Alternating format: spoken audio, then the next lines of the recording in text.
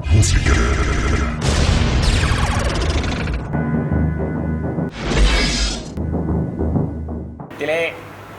மீட்பு குழு போராட்ட குழுவினர் வருகிறது திருஞான சம்பந்த பெருமாளுடைய சன்னதியிலே பூஜை செய்ய வேண்டும் என்று சொல்லியிருக்கிறார்கள். இது அத்துமீறிய செயலாகும். ஏதாவது பிரச்சனை என்று சொன்னால் அதற்கு என்ன செய்ய வேண்டும் என்றால் நீதிமன்றத்தை அணுக வேண்டுமே அல்லாமல் நேரடியாக மீட்புக்குழு போராட்டம் என்ற பெயரிலே வன்முறையை அவர்கள் தூண்ட நினைக்கின்றார்கள். ஐயா, போராட்டம் இல்லை. நாளைக்கு நாங்கள் ஞானசம்பந்தரை வணங்க போகிறோம் மடத்துக்கு. அந்த மடத்துக்குள்ளே ஞானசம்பந்தர் இருக்கிறார் கோயில். நாளைக்கு நாளைக்கு மதியம் எல்லா சாதிய தலைவர்களும் கலந்து கொள்கிற ஒரு கூட்டம். நாளைக்கு தான் நாங்கள் முடிவு பண்ண போகிறோம் அடுத்த கட்டம் என்னன்னு. ஏன்னா இப்போ அருணகிரியாண்ட சொல்கிறாப்புல இந்த உயர் நீதிமன்றத்தில் வழக்கு தள்ளுபடி ஆகிட்டுன்ட்டார்.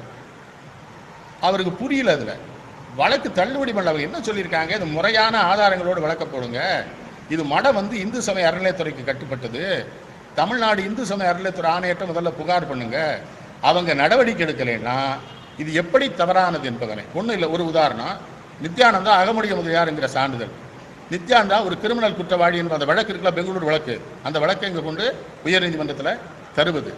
ஒரு தம்பரான் சாமிகள் தான் அந்த இடத்துக்கு வர மாதிரி வளர்த்துருக்கணும். தம்பரான் சாமிகள் தரலன்னு வந்த தம்பரான் சாமிகள் எல்லாம் துரத்திட்டு அருணகிரி பொய் சொன்னது. இத்தனை நீதிமன்றத்துக்கு மிகச்சிறந்த வழக்கறிஞர்களை கொண்டு நாங்கள் நீதிமன்றத்தை சந்திப்போம். நித்யானந்தாவனுடைய நியமனம் தவறு என்று சொல்லி இப்போ நான் சிறை வைக்கப்பட்டிருக்கிறேன்னா நான் இப்போ உங்களை பார்க்கலையா, நான் பேசலையா? I am free always. Anybody can meet me, they can meet with permission. புரியுதா? There is no any hindrance at all. Anybody can meet me at any time. But the permission should be obtained by anybody else. நாளை ஆதீன மீட்பு குழு என்கின்ற பெயராலே சில ரவுடிகளும் சட்ட விரோதிகளும் சமூக விரோதிகளும் இங்கு ஆர்ப்பாட்டம் என்கின்ற பெயராலே வன்முறையை தூண்டுவதற்கான வாய்ப்புகள் இருக்கிறது என்கின்ற தகவல் கிடைத்ததனால் உங்கள் அனைவருக்கும் இப்பொழுதே இதை சொல்லிக்கொள்ள விரும்புகிறோம். இங்கு 2 விஷயம். ஜூன் 5ஆம் தேதி ஞானசம்பந்தருடைய குரு பூஜைக்காக மராமத்து வேலைகள், பராமரிப்பு பணிகள் நடைபெறுவதாலும் நாளையும் நாளை மறுநாளும் இங்கு ஆதீனத்திலே தியான சத் சங்கம் நடைபெறுவதனாலும் ஆதீனத்தினுடைய வரலாறு மற்றும் ஆதீனத்தின் தத்துவத்தை பற்றி குருமகா சன்னிதானம் அவர்கள் அன்பர்களுக்கும் பக்தர்களுக்கும் சத் சங்கம் நிகழ்த்துகிறார். இந்த 2 காரணங்களுக்காகவும் இந்த ஆர்ப்பாட்டக்காரர்களை, ரவுடிகளை உள்ளே அனுமதிக்க முடியாது என்று மிக தெளிவாக சொல்லுகின்றோம். இது முதல் விஷயம். 2வது, இங்கு அவர்கள் வரவே இந்த ஏரியாவுக்குள்ளே அவர்கள் வரக்கூடாது என்று காவல்துறையிடம் நாங்கள் வேண்டுகோள் விடுக்கின்றோம். இந்த ஏரியாவுக்குள்ள அவங்க வந்தாங்கன்னா ஏதாவது சட்டம் ஒழுங்கு பிரச்சனை உருவானால் அதற்கு இதையெல்லாம் தூண்டிவிட்டு கொண்டு இருந்து கொண்டிருக்கும் தருமபுரம், திருப்பனந்தாள் மடங்களே பொறுப்பு என்பதையும் தெரிவித்துக் கொள்ளுகின்றோம். மீறி அந்த ஆர்ப்பாட்டக்காரர்கள் நாளை இங்கு வந்தால் நாளை மறுதினம் 14ஆம் தேதி தருமபுர ஆதீனத்தின் மதுரை மடத்தை நோக்கி, நெல்லை கண்ணனுடைய வீட்டை நோக்கி தியானபீட பக்தர்கள் முற்றுகை போராட்டம் நடத்துவார்கள் என்பதை மிக தெளிவாக இந்த நேரத்திலே அறிவிக்கின்றேன். ஒரு தாய் பாண்டிமாதேவி தான் இந்த திருஞான சம்பந்தர் மடமே மதுரைக்கு வர காரணம். நின்றசீர் நெடுமாறனுடைய மன்னனுடைய பட்டத்தரசி. ஒரு தாய் துவங்கிய ஞானசம்பந்தர் மடத்தை நீங்கள் ஒரு தாய், நீங்கள் தான் இந்த இந்து மக்களுக்காக, சைவ சமய மக்களுக்காக அதை காப்பாற்றி தர வேண்டும். நித்யானந்த் என்கிற பாலியல் குற்றத்திற்கு ஆளான பாலியல் குற்ற படத்தை தமிழகம் முழுவதும் பல ஊடகங்களில் ஓடப்பட்ட அந்த உத்தமனை உடனடியாக அந்த மடத்தை விட்டு நீக்கி மதுரை கோயிலேயே மீட்பேன் என்று சொன்ன அந்த திமிருக்கு, அந்த ஆணவத்திற்கு முதலமைச்சர் தான் ஆப்பு வைக்க வேண்டும் என்று அவர்களை நாங்கள் வேண்டுகிறோம். சட்டம் ஒழுங்கை காக்க வேண்டும் என்கின்ற ஒரே காரணத்திற்காகத்தான் பொறுமையோடும் அமைதியோடும் இருக்கின்றோம். நாளை மதுரை ஆதீனத்தில் ஆயிரக்கணக்கான தியானபீட பக்தர்களும் இருப்பார்கள். நெக்ஸ்ட், சட்டம் ஒழுங்கை பாதுகாக்க வேண்டும் என்கின்ற ஒரே காரணத்திற்காகத்தான் அமைதியோடு இருக்கிறோம். கோர்ட் தான் ஜட்ஜ்மெண்ட் கொடுத்துருச்சுல, ஜுடிஷியரை மதிக்காம இவங்க என்ன ரவுடிசம்? இங்க கோர்ட் ஜட்ஜ்மெண்ட் கொடுத்துருச்சுங்க. அவங்க என்ன சொல்றாங்க? இன்னொரு கேஸ் போடுறாங்க. கேஸ் போடுங்க, அதை பேஸ் பண்றோம், ஜுடிஷியரியில பாத்துக்கலாம். நீதித்துறை மீது எங்களுக்கு நம்பிக்கை இருக்கிறது. சட்டத்தை கையில் எடுக்க நாங்கள் விரும்பவில்லை. கேஸ் போடட்டும், அங்க பேஸ் பண்றோம், முடிஞ்சது. இங்க என்ன ரவுடிசம் பண்றது? இப்போ சைவ சமய ஒரு பீடமா இல்லை தயார் பண்ணக்கூடிய ஒரு நிறுவனங்களா நான் கேட்குறேன். இல்லை அனாவசியமாக இந்த மாதிரிலாம் தூண்டி விடலாமா அவங்களாம்? இவ்வளோ பெரிய தப்பு இது. இந்த ஆதீனம் இந்தியாவில் முதல் ஆதீனம், மூத்த ஆதீனம். It's a very very ancient and oldest aadheenam in India which was established in 6th century. Pre historical இருக்குது. ப்ரீ ஹிஸ்டாரிக்கல் பார்த்தா 2000 years ago it was established by Saint Thirugnana Sambandha. Historical பார்த்தா 1500 years ago it was established in the 6th century. அதனால இதெல்லாம் ரொம்ப தவறானது. இதெல்லாம் பத்திரிகையாளர் நீங்கள் உங்களுக்கு நல்லா தெரியும். இப்படியெல்லாம் ஒரு அறிவிப்பு செய்கிறது, இப்படி வன்முறை தூண்டுறது நியாயமா? இது சமயமா? இது தர்மமான்னு நான் கேட்குறேன். நான் ஆணும் அல்ல பெண்ணும் அல்ல என்று சொன்ன ஒருவனை மடத்திற்கு அதிபதியாக நியமிக்க எங்கேயும் மரபும் இடம் தரவில்லை, சட்டமும் இடம் தரவில்லை. அதற்காக நித்யானந்தாவை வெளியேற்ற வேண்டும். அருணகிரி குருமகா சன்னிதானமாக நெஞ்சில் என்ன சொல்கிறேன்? குருமகா சன்னிதானம் என்றாலே நேர்மையும் நாணயமும் வீரமும். அவர்கள் யாருக்கும் அஞ்சக்கூடாது. வெளிப்படையாக ஒரு கேள்வி குருமகா சன்னிதானம் அருணகிரியாரிடம் கேட்கிறேன். மதுரை ஆதீனம் உங்கள் கையில் இருக்கிறதா? சொல்லுங்கள். எங்களுக்கு மதுரை ஆதீனம் முழுவதும் கர்நாடகத்திலிருந்து ஆட்களை கொண்டு நிரப்பி இருக்கிறார்கள். நித்யானந்தாவின் கைப்பாவையாக அருணகிரி இருக்கிறார். அருணகிரியிடம் யார் பேச போனாலும் பக்கத்தில் முழு சன்னிதானம் உயிரோடு இருக்கிற பொழுது, பீடத்தில் அமர்ந்திருக்கிற பொழுது இளைய சன்னிதானத்துக்கு என்ன சிம்மாசனம்? சரி, ஒரு இளைய சன்னிதானமாக வருவதற்கு தன் முடியை கூட துறக்க மறுக்கிற நித்யானந்தன் எப்படி மடாதிபதி ஆக முடியும்? முடிய கூட இருக்க மாட்டேன்றாங்க. என்ன அநியாயமா இருக்குது? இன்னொரு செய்தி நான் சொல்ல விரும்புகிறேன். ஞானசம்பந்தர் புனரமைத்த மடம் இது, உருவாக்கல. ஞானசம்பந்தர் இங்கு வந்த போதே இந்த மடம் இருந்ததாக வரலாற்று குறிப்புகள் இருக்கு. அவர் தங்கி புனரமைத்தார். ஆனா ஞானசம்பந்தர் 1500 ஆண்டுகள் ஆகிவிட்டன.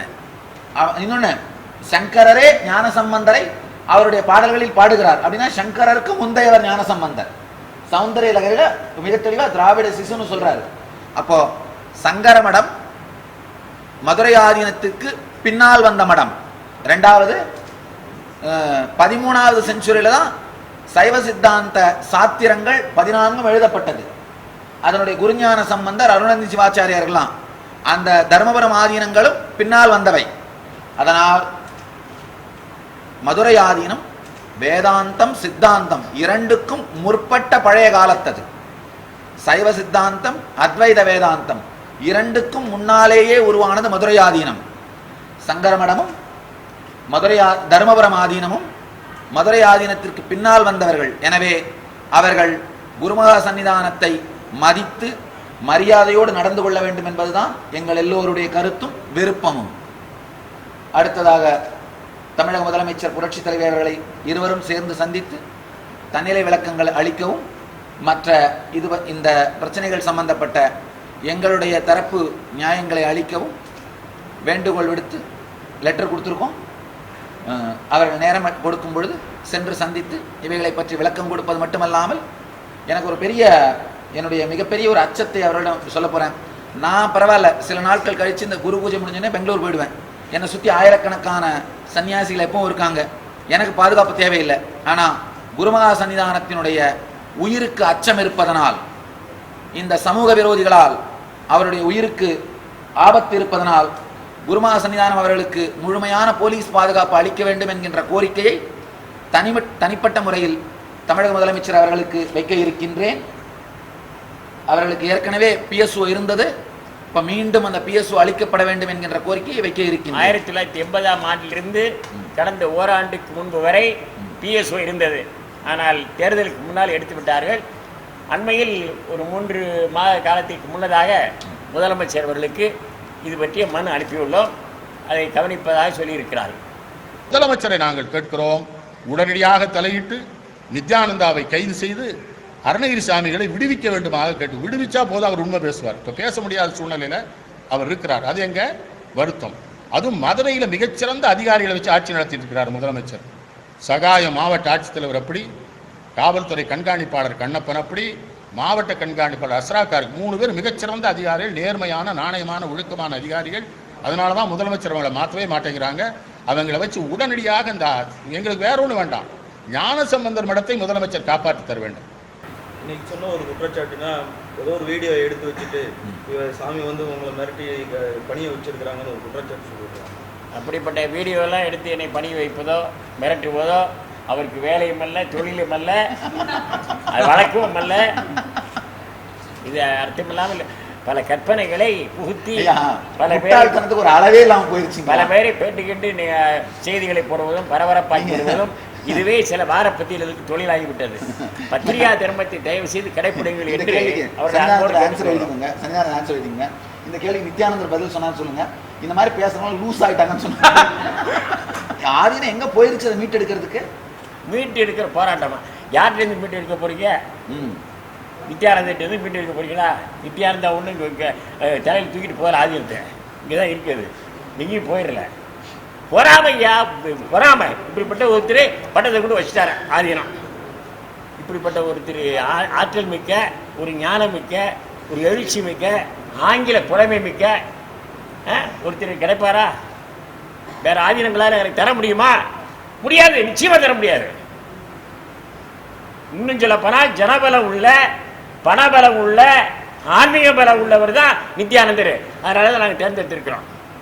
இன்னும் சொல்ல போனால் I have selected Nithyananda as my successor according to the impartial judgment of the Almighty Lord Shiva and Parvati Devi. This is the impartial judgment of the Lord Shiva and Parvati Devi. இதுதான் உண்மை. நாங்களாம் ஒன்றும் பண்ணலை, அவங்க உணர்த்துறாங்க. சில பத்திரிகை எழுதுகிறான், சிவபெருமா கனவுல தோன்றினாராம். கனவுல இல்லை, என்னைக்கு எந்த காலத்தையும் தோன்றலை. நான் சிவபெருமா வந்ததுனால கனவுல வந்ததா இதுவரை நாங்கள் சொன்னதும் கிடையாது. மனசில் உணர்த்தி, மனசில் பற்றி நாங்கள் தேர்ந்தெடுத்திருக்கிறோம். அகமுடைய முதலியார் இனத்தை சார்ந்தவர். அவர் அகமுடைய முதலியார் இனத்தை சார்ந்தவர் என்பது பெங்களூரு நீதிமன்றத்திலே அந்த வழக்கு பதிவிலேயே இருக்கிறது. ஆனால் என்ன அநியாயம் பாருங்கள், ஒரு மடாதிபதி அருணகிரி சாமிகள் சொல்லுகிறார், நித்யானந்தன் தொண்டை மண்டல சைவ வேளாளர், அதற்கு சான்றிதழ் இருக்கிறது என்று ஒரு தவறு செய்துவிட்டு அதற்கு பொய் சொல்லுகிறார் ஆதீனமே. ரொம்ப வருத்தமாக. ஞான சம்பந்தர் இது மூவர் முதலியின் பாருங்கள், நாவுக்கரசர், அப்பர், சுந்தரர். அந்த கூட்டத்தில் முதல் நாள் ஞான சம்பந்தர் தான், அவருக்கு தான் பெருமை. அதனால தான் ஞான சம்பந்தரையும் திருநாவுக்கரசரையும் சுந்தரர் போற்றி பாடுவார். பெரிய புராணத்தின் பெரும் பகுதியே யாரை பற்றி இருக்கும்? ஞான சம்பந்த சாமிகளை பற்றி தான் பாடுவார் சேக்கலார். அத்தனை பெரிய மடத்தில் இருந்துட்டு அருணகிரிநாதர் பொய் சொல்லுது. ஒரு நடிகையை குறித்து எல்லோரும் பேசுகிறார்கள். அது ஒரு பெண், ஐயோ பாவம், அவரை குற்றம் சொல்ல நான் தயாராக இல்லை என்றாலும் கூட மதுரை ஆதீனத்திற்குள்ளே போடப்பட்டிருக்கிற நாற்காலிகளின் முன்வரிசையில் அந்த நடிகை உட்கார்ந்திருக்கிறார் ரஞ்சிதா. அங்கே என்ன வேலை அவருக்கு எனக்கு தெரியவில்லை. அது ஒன்று. இன்னொன்று, பெரிய குருமகா சன்னிதானங்களை யார் மிரட்டுவதற்கு? நித்யானந்தா யார்? ஒரு ஒப்புக்கு ஒத்துக்கொள்ளும் அவர் இளைய சன்னிதானமாக இருந்தாலும் கூட குருமகா சன்னிதானம் உயிரோடு இருக்கிற பொழுது இளைய சன்னிதானம் பேசுவது என்பது சைவ மடங்களின் மரபு அல்ல. நித்யானந்தன் ஏன் பேசுகிறார்? அருணகிரியை பேச விடாமல் வாயடைத்து வைத்திருப்பதனால் எல்லாவற்றிலும் நித்யானந்தா தலையிடுகிறார். 10 நாள் இன்னைக்கோட முடியுதுங்க. 1ஆம் தேதி தான் கெடு கொடுத்தேன். இன்னைக்கு 11ஆம் தேதி இல்லைங்களா? 12ஆம் தேதி. இன்னைக்கு 10 நாள் முடிஞ்சிச்சுங்க. ஆக்சுவலாக எனக்கு 2-3 டெலிஃபோன் மூலமாக ஒரு 10 பேர் மெசேஜ் கொடுத்துட்டாங்க, வித்ட்ரா பண்ணுறாங்கன்னு. அவங்களோட ரைட்டிங் ஸ்டேட்மெண்ட் வரதுக்காக வெயிட் பண்ணிட்டு இருக்கேன். ஆனால் நாளையிலேருந்தே இந்த 10 பேர் தவிர மீதி 3 பேர், 10 விக்கெட் அவுட்டு, மீதி 3 விக்கெட் தான். அது நாளையிலேருந்து கேஸ் போட ஆரம்பிச்சிடும். நாளைக்கு இந்த முற்றுகை போராட்டத்தை எதிர்கொண்டு முடிச்ச உடனே பக்தர்கள் கேஸ் போட ஆரம்பிக்கிறாங்க. நான் போடல, பக்தர்கள் போடுறாங்க. தெரியல இன்னும். அந்த இப்போதைக்கு எல்லாம் இதெல்லாம் வந்து அன்அஃபிஷியலான டாக்ஸ் நடந்து லெட்டர்ஸ் வந்துட்டு இருக்கு. எல்லாம் வந்து முடிச்சோடனே நாளைக்கு மறுநாளும் ப்ரெஸ் மீட் கூப்பிடுவேன். ஏன்னா நாளைக்கு ப்ரெஸ் மீட் கூப்பிடுவேன். எப்படியும் கூப்பிடுவோம். நாமெல்லாம் டெய்லி இதுக்கு மேலே பார்த்துக்க போகிறோம் சில நாட்களுக்கு. நீங்கள் வாழ்ந்து முடிச்சிங்க சன்னிதானம். இல்லை 232 தகுதிகள் சொல்லு 232, 230, 200, 190 அதெல்லாம் சரியில்லைன்னு இப்போ சொல்லுது. அதெல்லாம் எப்படி பண்ணாங்க? தவறானது, ரத்து பண்ணுங்க. இவங்களை விட்டா ஆதீன குரு முதல்வரே தப்புன்னு சொல்லுவாங்க சன்னிதானம். இப்போ இருக்கிற சாமி 292வது ஆதீனம் முக்தி அடைந்தால் ஒழிய, மரணம் அடைந்தால் ஒழிய இளைய சன்னிதானம் பேச முடியாது. அப்போ இப்போ குருமகா சன்னிதானத்தை அது என்ன பண்ணியிருக்காரு நித்யானந்தா? மரண நிலையில் வைத்து கொண்டு இவர் பேசுகிறார். நித்யானந்தங்கிற தம்பி மேலே எங்களுக்கு ஒரு வருத்தம் கிடையாது.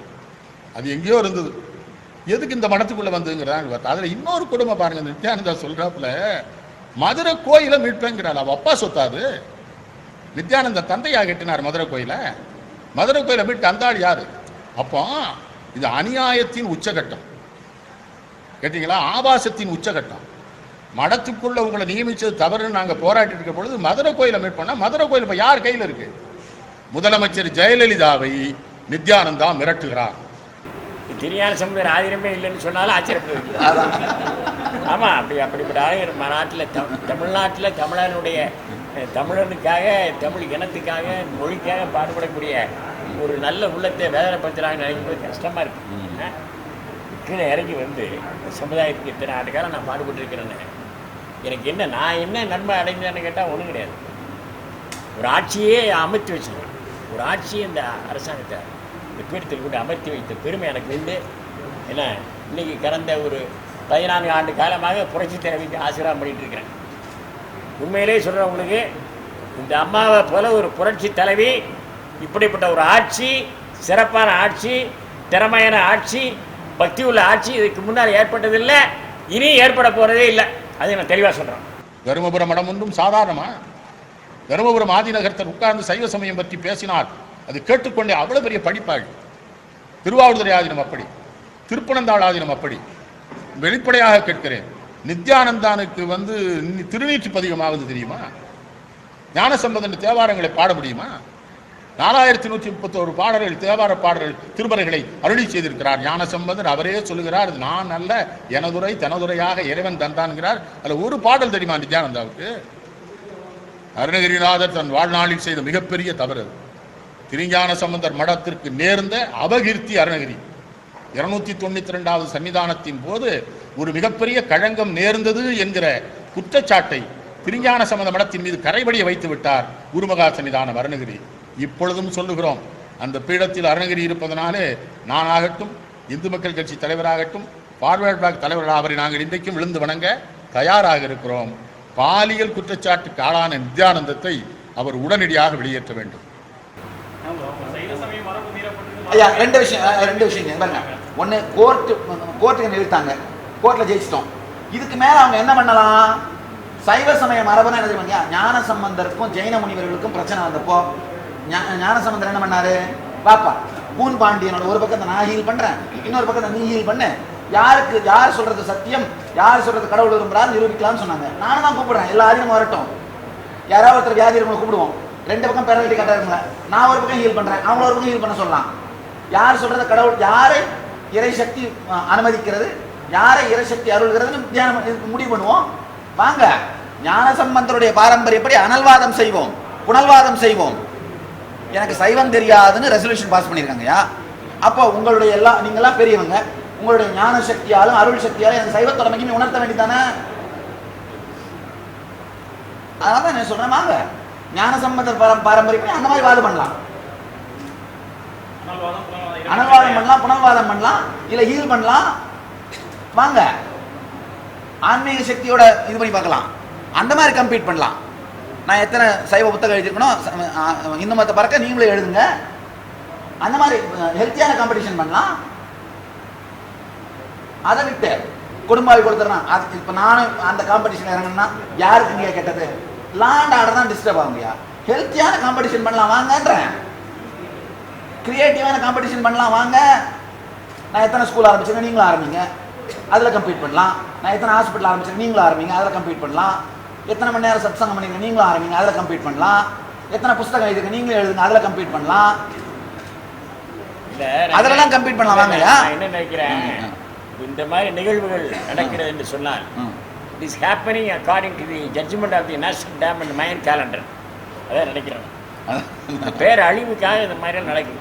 எப்படி சுனாமி வருது, எப்படி மலை சரிவு வருது, கடல் விபத்து, சாலை விபத்து, வான் விபத்து நடக்குதோ, அது மாதிரி இந்த ஒரு calamity it is created by the almighty God அப்படின்னு நான் நினைக்கிறேன். அது ரெண்டு விஷயம் தாங்க. ஒன்று சட்டம், இல்லை கடவுளுடைய நீதி, கடவுளுடைய சக்தி. சட்டத்துக்கு என்ன எழுத்திங்க, ஜெயிச்சிட்டேன், கடவுள் மொழி நிரூபிச்சு பார்க்கலாம் வாங்க. யாராவது ஒரு பேஷண்ட் எடுத்துருவாங்க, ரெண்டு பக்கம் பெரலைட்டிக் அட்டாக்கான பேஷண்ட்டை, ஒரு பக்கம் நான் ஹீல் பண்ணுறேன், ஒரு பக்கம் நீங்கள் என்ன ஹீல் பண்ணுங்க. வாங்க, ஞான சம்பந்தர் பரம்பரை இந்த மாதிரி போரிடுவோம், இந்த மாதிரி வாது பண்ணலாம். ஆன்மீக ரீதியா இது பண்ணலாம். அதை விட்டு என் குடும்பாவை நீ கொடுத்து உன் குடும்பாவை நான் கொடுத்தனா அது டீசென்டான விஷயமா? வேண்டாங்கய்யா. சட்டம் ஒழுங்குன்னு ஒண்ணு இருக்கு, சமூக பொறுப்பு நமக்கு இருக்கு. ஒருத்தர் குடும்பாவை கொடுத்துட்டே இருக்கிறதா வாழ்க்கையை நடத்த முடியும்? காம்படிஷன் பண்ணலாம் வாங்க. மொத்த மதுரை ஆதீன சொத்தையும் ஆர்டிஐல போடுறேன், மொத்த வருமானத்தையும் ஆர்டிஐல ஓபன் பண்ணி விடுறேன், ஓவர் காஸ்டே இல்லாம இந்த ஆர்கனைசேஷனை ரன் பண்றேன், வர்ற பணம் 100 ரூபா வருமானம் வருது, அப்படியே சமூக சேவையா போய் சேர்ற மாதிரி ஸ்கூலா காலேஜா சேவைகளா அன்னதானமா மாத்துறேன். இதெல்லாம் காம்படிஷன் பண்ணலாம் வாங்க. அதை விட்டு நான் குடும்பாவி கொடுத்துறேன் நீ குடும்பாவி கொடுத்து வீடியோ எடுத்து வச்சு மிரட்டிட்டு இருக்காரு, வேற வேலை இல்லை எங்களுக்கு.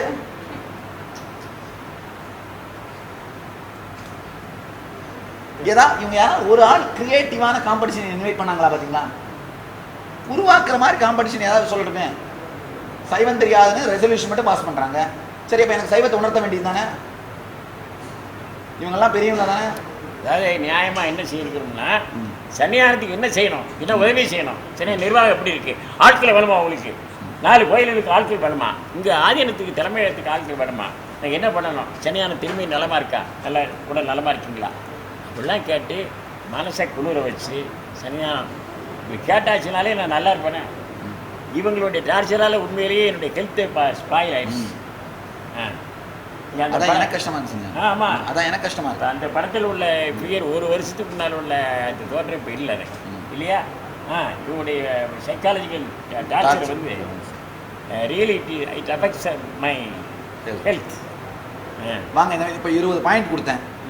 நிர்வாக சொத்துக்களை மெயின்டைன் பண்றது, இந்த ஆதீன சொத்துக்களை பப்ளிக்கா ஓப்பனா இன்ஃபர்மேஷன்ஸ் அவைலபிள் பண்ண வைக்கிறது, எத்தனை புத்தகங்கள் எழுதுறோம், எத்தனை ஸ்கூல் காலேஜ் ஆரம்பிக்கிறோம், மக்களுக்கு நேரடியான சேவைகள் என்ன, எவ்வளவு யூசர் ஃப்ரெண்ட்லியா இருக்கிறோம், இந்த பாயிண்ட் எல்லாம் காம்படிஷன் பண்ணலாம் வாங்க. இதுக்கெல்லாம் யாருமே ஆன்சர் பண்ணல. 10 ரவுடிங்களை லூசுங்களை விட்டு குடும்பாவை கொடுத்துன்றது அது பெரிய விஷயமா? 1000 சம்மன் வரப்போகுது, ஃபேஸ் பண்ண சொல்லுங்க.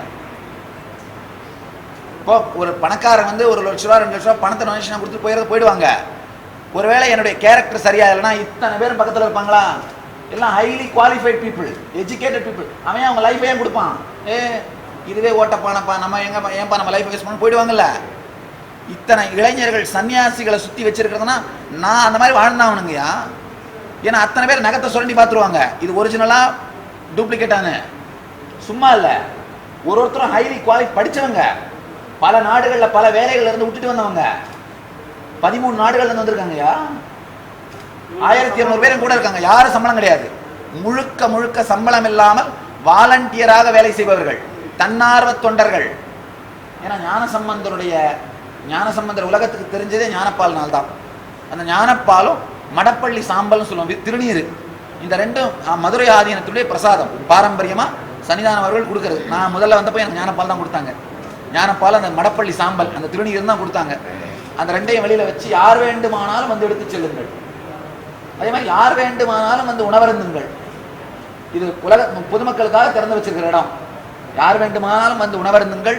இந்த எல்லா வேலையுமே சம்பளம் கொடுத்து நான் ஒரே ஒரு ஆள் வைக்கல, ஒரே ஒரு ஆள் நான் சம்பளம் கொடுத்து வைக்கல.